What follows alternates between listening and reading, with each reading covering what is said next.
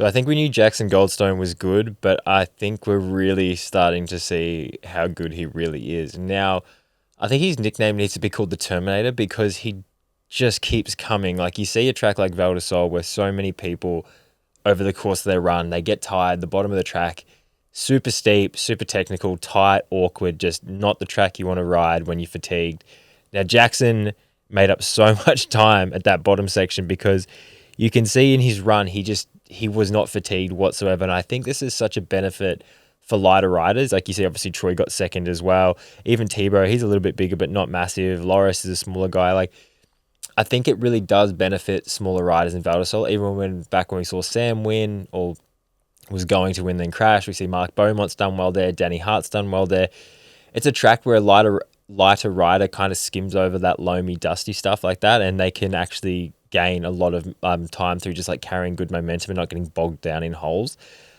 But in saying that, like the man is just a phenomenal bike rider, and I think we see this after winning the last 3 rounds. I think the last person to do that was Amaury Piron in 2017 or 18? 17 or 18. One of those years. I can't remember the exact year, but he was the last rider and obviously dominated that season, won the overall, and I think that is definitely the direction Jackson Goldstone is now going.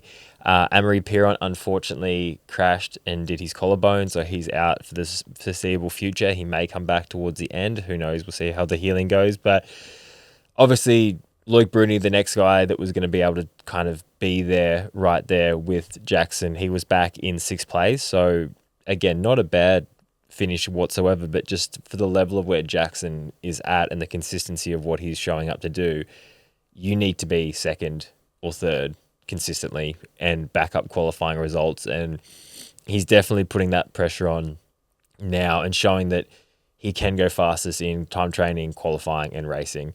So he can just back it up all weekend. He is someone that I think has been a bit of a slow burn getting on. Like obviously he won Hardline and even said then he didn't think he had the speed. And then at these earlier races, he's kind of been finding his feet and he can normally lay it all down when it comes to the race run. But he was a bit of a slower build when now I think he can just come out swinging from the get-go and win everything leading in. So he is definitely, obviously, the danger man now, the one to watch, and I don't think we've even seen how truly good he is.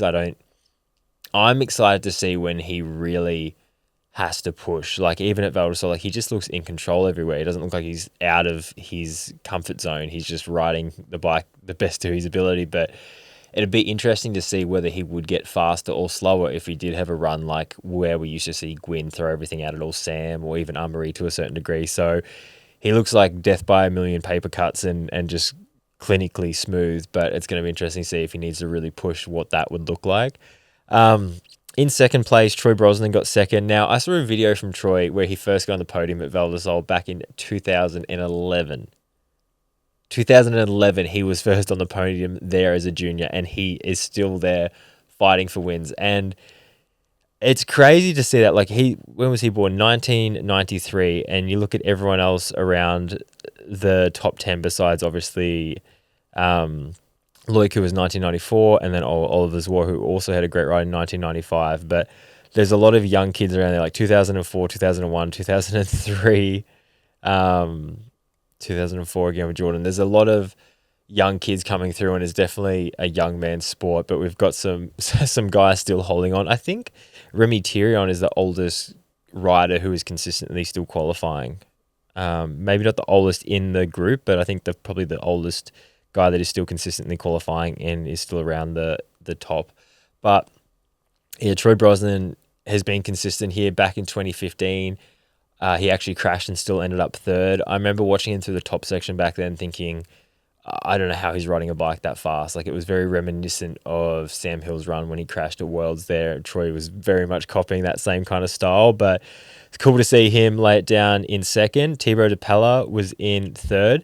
Now, I've been thinking about this, that everyone has their suspension settings now and all this stuff where it's digital and you can change it and you can harden and soften it, or you can play with the compression. But the best my bike has ever felt is when it doesn't have a chain on it. Now, he broke his chain on, I think, the 3rd corner at Val di Sole, which is probably the best place to break a chain if you were to break one, because you don't really have to do any pedaling. There's a little bit you probably do in the middle, but barely any if you carry speed out of this corner.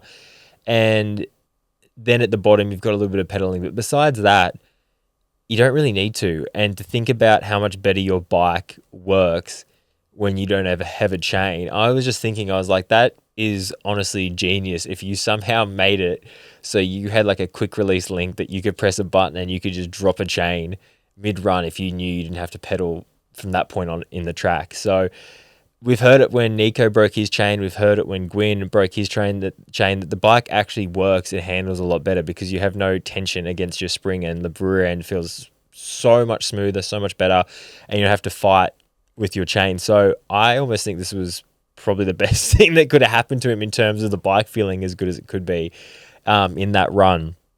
So yeah, it was cool. He was fastest at the first two splits and then dropped back a little bit towards the end. But it would have been interesting to see if he did or didn't have a chain, if that time would have been actually faster or slower. But it's cool to see.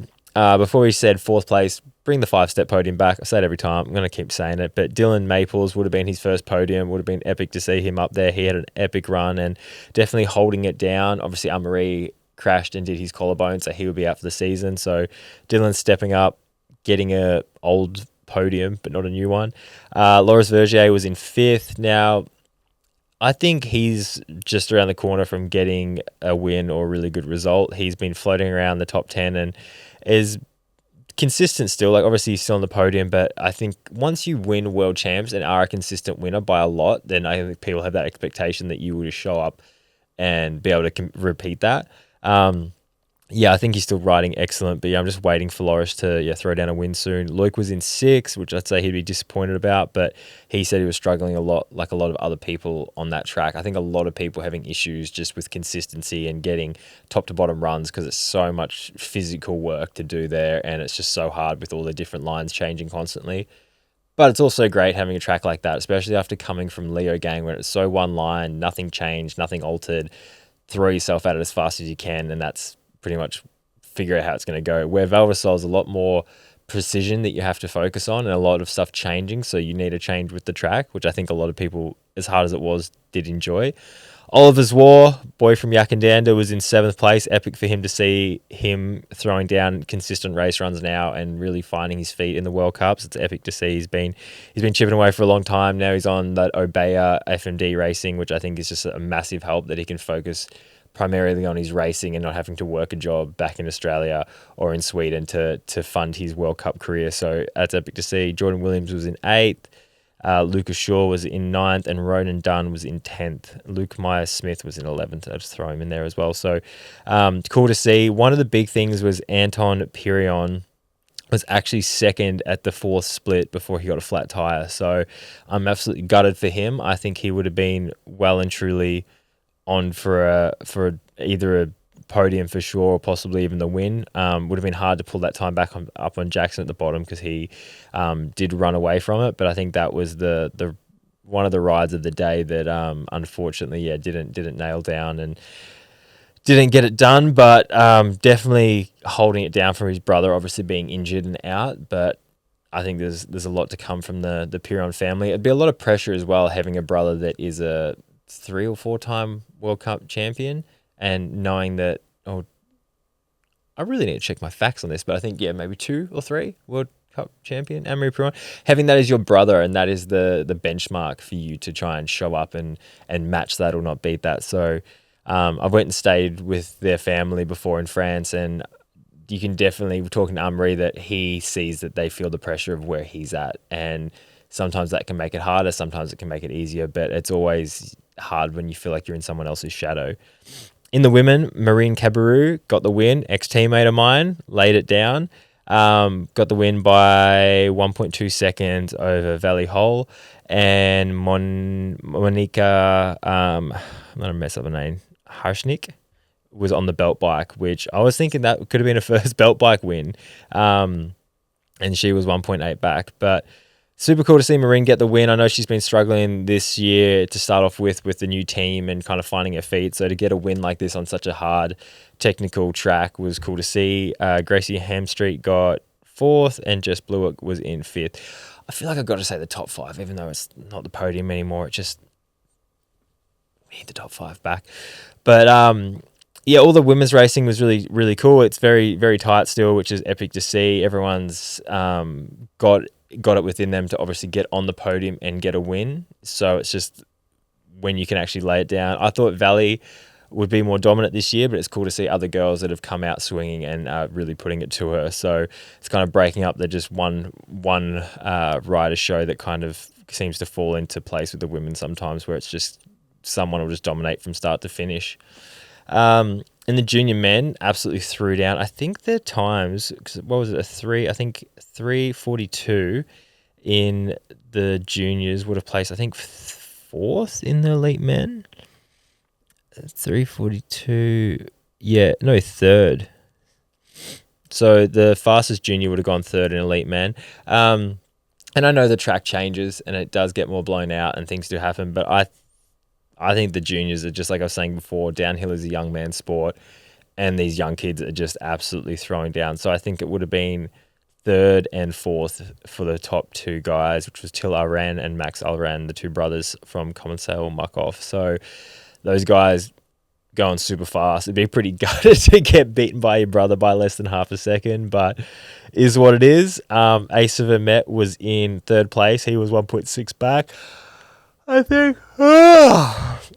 think he is another guy that I think everyone thought he was going to dominate this year in the juniors, and I think after having some issues, he's trying to find his feet and get that consistency back. Obviously, we saw he had the crash at Ludon VL, which probably would have dented his confidence a little bit, even though he was the fastest rider outright up until that point where he did crash. So he's definitely got the speed. I'm so excited to see when Asa, Till, Max, Jackson. I don't want to say this too soon, but I think for riders to go up and match Jackson for his pace and need to be the younger generation coming through, I feel people like Luik, Loris, these guys are kind of going on the end of their career, and I just don't know if they want to risk everything in racing anymore. Like, you get to an age where you're financially set up, you have all these different options you can do, and you don't want to risk everything like you used to. And you consciously think about how much risk you're putting into these race runs, where I know when I was a 20-year-old kid,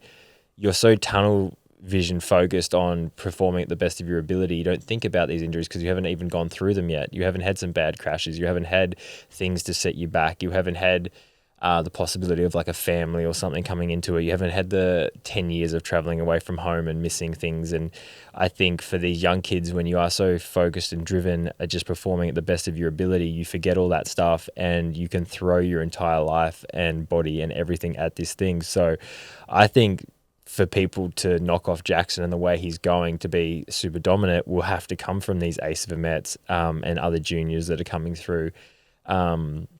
Even like the young kids like Ronan Dunn and stuff like that, like those are the guys that are really going to obviously dominate the sport in the coming 5 to 10 years. And I think obviously like time catches up with all of us. It's going to be a slow fade off to these other guys in the sport. So it's going to be interesting to see, but the junior talent is absolutely insane at the moment. And Tyler Waite was in fourth, and Ollie Clark, the guy that won at Leo Gang, New Zealand kid, was in fifth. So some big gaps after Asa, 2.5 and then 7.7 back to Ollie Clark. So yeah, there's definitely, it's still fast kids. Everyone's going quick, but I think, yeah, going off an overall theme of Val di Sole, it was cool to see that they put so much work into the track and actually made it into a proper racetrack again. They slowed some stuff down. They added new lines that chopped in. And it wasn't just this fast bike parky thing that it seems to be going that direction in a lot of World Cup tracks. So, yeah, interesting to see.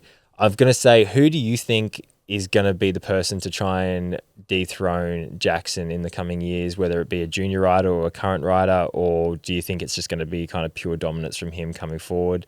And also, who are you thinking for the overall? The current overall for the men now is Jackson Goldstone in first with 874 points and Loic Bruni in second with 774 points, so about 100 points difference. Well, exactly 100 points actually. Loris Verger in third, Amaury Pirion, who's now out, in fourth, Thibaut Daprela in fifth, Lucas Shaw in sixth, Troy Brosnan in seventh, Jordan Williams 8th, O'Sheen Callahan in 9th, Ryan Pinkerton 10th, and Anton Pirion in 11th. Benoit Coulange in 12th as well. It's interesting with Benoit because I don't want to talk shit on... I'm actually not going to say that, but it's just interesting to see where he's going because he seems to be crashing a little bit lately and just having some issues. But he's another guy that I think could be fighting for podiums and wins, especially in track like Val di Sole. So I think, yeah, it's interesting to see how he's going this season, but I hope all the best for Benoit. He's always a fan favourite. So, yeah, I hope he keeps throwing down. But let me know, what you guys think for the overall. Finales, obviously, he had a big crash as well. So a lot of people are crashing as well. So I'm trying to think of a question to ask you guys that you guys can let me know. But do you think now, especially with the finals or semi-finals or Q1, Q2 not being protected, that top riders are pushing harder and having more crashes and injuries? Because it seems like you can't just coast through to finals and risk it all on that day. You're risking it from start of the weekend to Q1 to Q2 to then finals. It seems like there's a lot more room to have incidents and accidents. So more people are crashing, more people are getting hurt, and more people are having to throw everything at it. So let me know what you think, whether it seems like that's happening, and also who your predictions at this point in the season, who's going to get the overall and what's going to happen. Cheers, my guys. Love you lots. Talk to you soon.